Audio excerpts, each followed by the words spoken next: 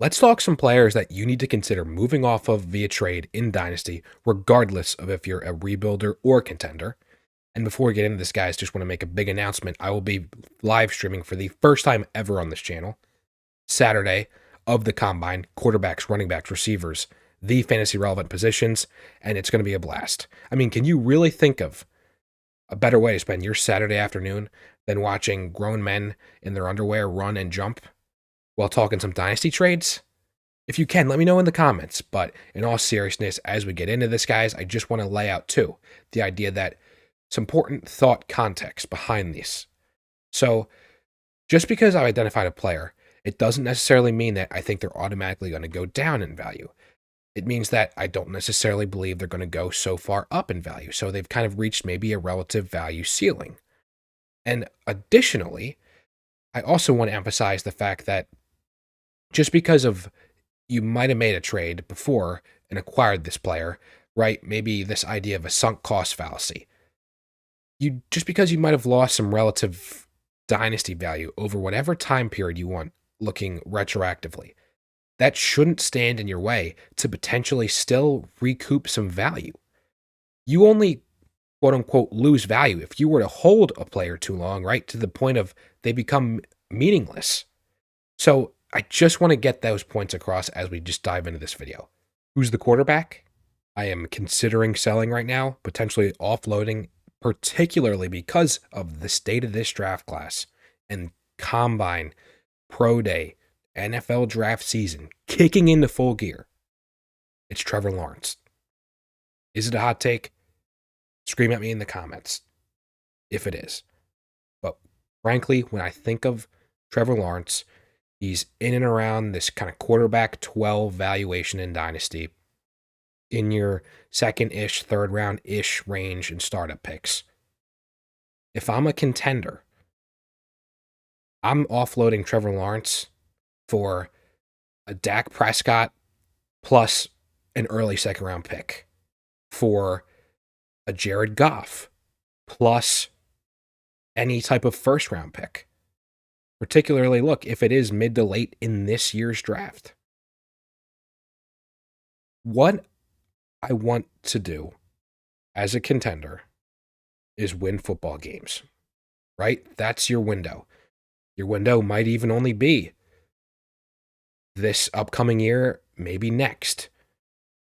Your fantasy window is by no means closed by making this type of Trevor Lawrence trade. I just think about obviously he put up a QB firmly top 10 kind of quarterback 8 season in 2022. He followed it up with, look, he was banged up a lot of this year, followed up with a quarterback 13 kind of fringe top 12 quarterback season. But I just think about that kind of range of outcomes, fantasy QB 8, fantasy QB 13. And he's just not got that upside in my book or shown it to this point as a high pick, like of course, Mahomes, Allen, Burrow, Herbert even, Hurts. He's just not going to ever be in that type of tier in my book.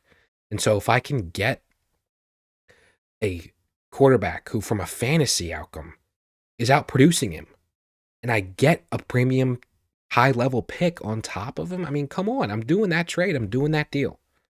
And I just think about, look, you can be glass half full, and I, by default, am on this channel.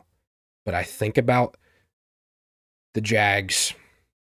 They really had a brutal run to end this past season, in playoff position to totally out of it, just a collapse of sorts. And Doug Peterson even said, look, got to really figure out a running game, how to support him in that sense, how to, of course, protect Trevor Lawrence as well, first and foremost. And so a lot's going to have to happen. There's going to be a lot of overhaul, a lot of needs to address for that Jacksonville situation.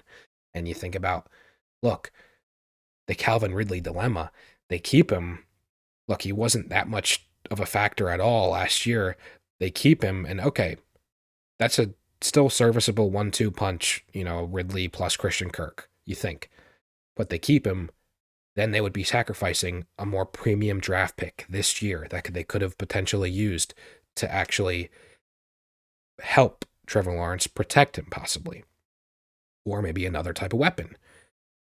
So on the flip side, you lose a Calvin Ridley, and you're looking at Christian Kirk, and then potentially a day two weapon that could be of better quality to help Trevor Lawrence.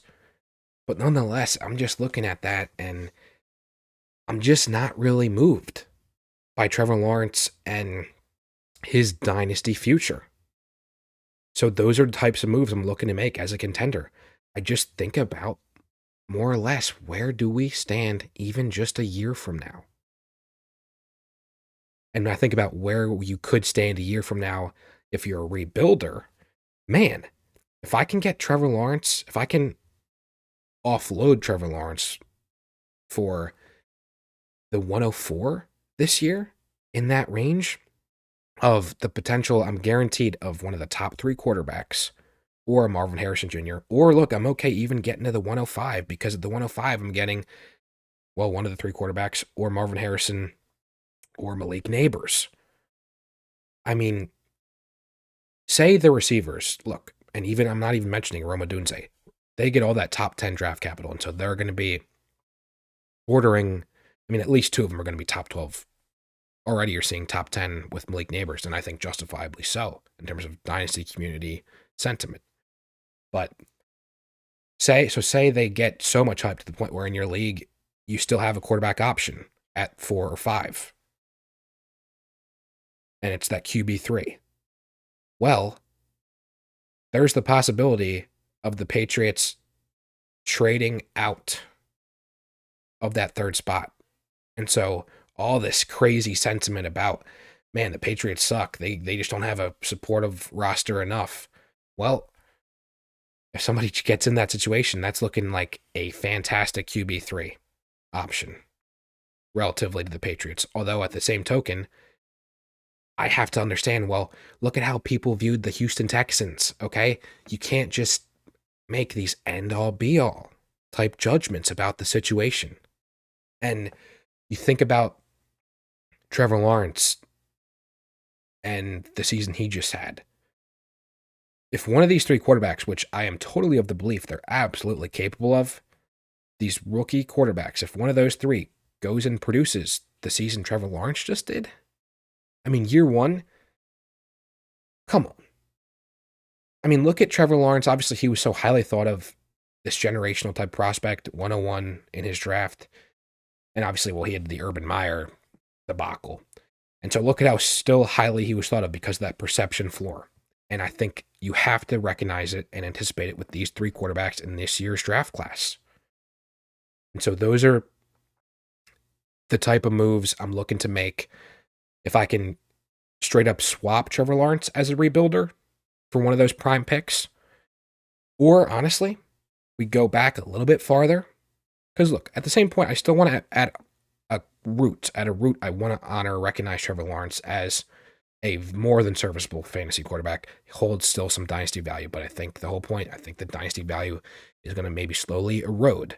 But nonetheless, at its core, if I can still get a 107 this year, plus a Bryce Young thrown in there, easily willing to make that type of trade for Trevor Lawrence. If I have Trevor Lawrence, trading him away for that, to be clear. Those are the type of moves I'm looking to make as I sell Trevor Lawrence, and I'm trying to, honestly, in one of my leagues. So let me know if you guys agree with these type of moves.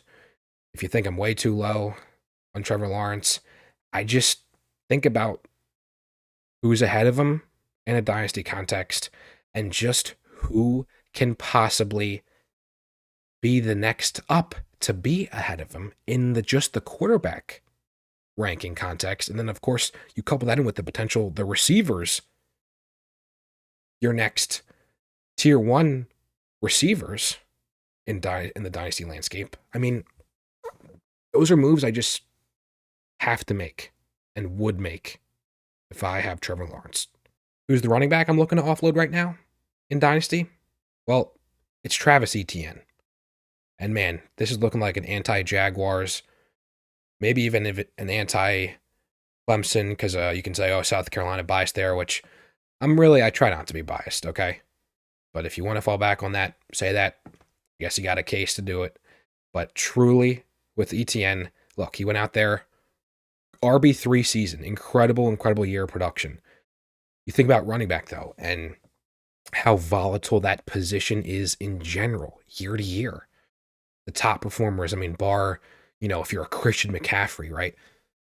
There's just such a low likelihood of carrying over that type of production, that high level year to year necessarily.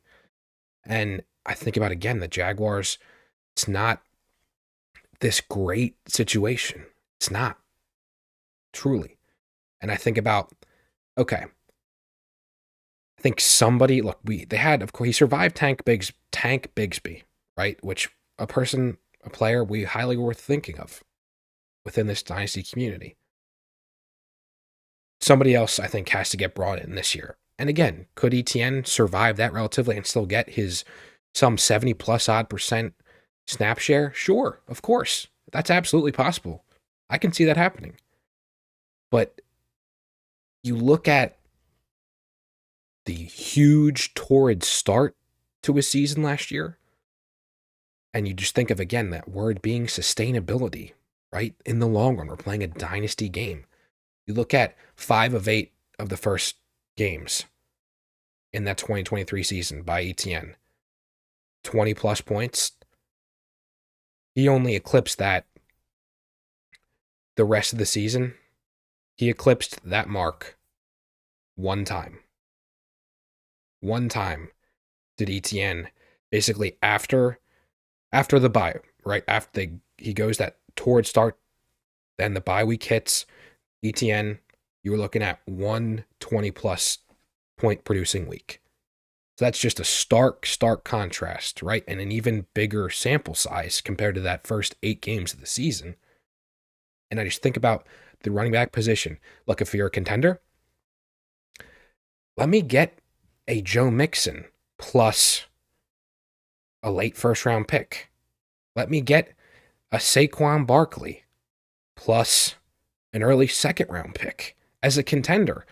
It doesn't change the complexion of your window and your ability to win. And if anything, it's that upside, that possibility that it could even extend. That's the theme of a lot of these trades, right? You're giving yourself fluidity, flexibility, that shout out trades in 5, liquidity, right? And at the running back position, I mean, that's where you have to do it first and foremost, right? If any position. So those are the moves I'm looking to make as a contender. As a rebuilder, look, just get me a pick. If I can get a pick, if I can get any pick in this year's first round up to, I draw the line at the 110. I'll draw the line there because we look at, again, I keep talking about the Silky 7 of Superflex, right? Superflex formats, you're going to have the 3 receivers, the 3 quarterbacks, Brock Bowers, that kind of top 7. And then look, after that, you're looking at a J.J. McCarthy as a 4th quarterback to get round 1 draft capital. You're looking at maybe even a 5th quarterback. But say there isn't a 5th quarterback. So you get into the 9 and 10 area, you're getting the wide receiver 4, wide receiver 5, which in this class, there's going to be some good options, okay? Maybe it's not that Bills draft capital at the end of the first round, but if it's an early second round landing spot, a very attractive pick, I mean, I gotta pivot off if I'm a rebuilder, right? You don't necessarily want to hold the running back position as a rebuilder, especially not one that's ETN 25 plus. He's got this year and next, I believe, in terms of the Jag situation and that potential opportunity floor. But as a rebuilder, just give me the flexibility, give me the chance to get potentially a quarterback, potentially a receiver. So that's really just the type of trade. Liquidate for running back. I just want to move off for a pick. He's the thumbnail of this video. It's Brandon Ayuk as the receiver I'm looking to trade and offload in this offseason right now. Wide receiver 12, you're looking at top 12 dynasty receiver valuation right now for Brandon Ayuk. You look at the body of work. We're now 4 years in. We have a huge sample size for Ayuk. 17.9 yards per catch an average this season. That is just not sustainable. It's up there with George Pickens, really 1 and 2 in the entire NFL this past season. It's just not sustainable. And I want to make it clear too. Look, whether he is still a 49er this time next year or he's not, the sustainability of that 17.9 number, it just doesn't bode well. I think he is going to be in this top 14, top 15 season that he's produced the past couple years. He's in and around that range, right? A high-end wide receiver too. He's going to be 26 years old. He's about to get that fat contract, right? Like you just saw A.J. Brown, his teammate Deebo Samuel, those type of deals. But if he gets that deal and the 49ers cannot pay him that, he goes somewhere else, you don't know what you got till it's gone, right? Brock Purdy, I'm not his biggest fan by any measure. But Brock Purdy, he can run that offense. He is so fantasy supportive to all those 49er weapons, to obviously Ayuk the past couple seasons. I don't know how valuable, how truly meaningful those targets, the opportunities he might get from whoever might potentially be throwing him the ball if he's not there in San Fran. And if he is there, I think, look, they figure out some way to keep him. They give him a good deal. And I think, look, whether Deebo is there or not, and I feel like you look at the contract they just gave him, I feel like they keep the offensive pieces.